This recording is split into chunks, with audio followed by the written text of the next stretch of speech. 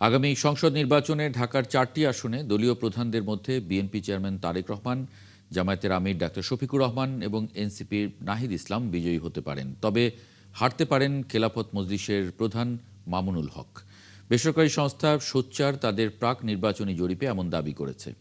শনিবার ঢাকার 17, 15, 13 ও 11 আসন নিয়ে প্রাক জরিপের ফলাফল প্রকাশ করেছে সোচ্চার।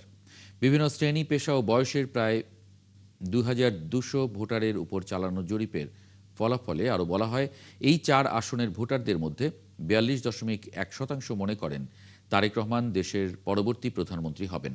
অন্যদিকে 36% মনে করেন শফিকুর রহমান দেশের পরবর্তী প্রধানমন্ত্রী।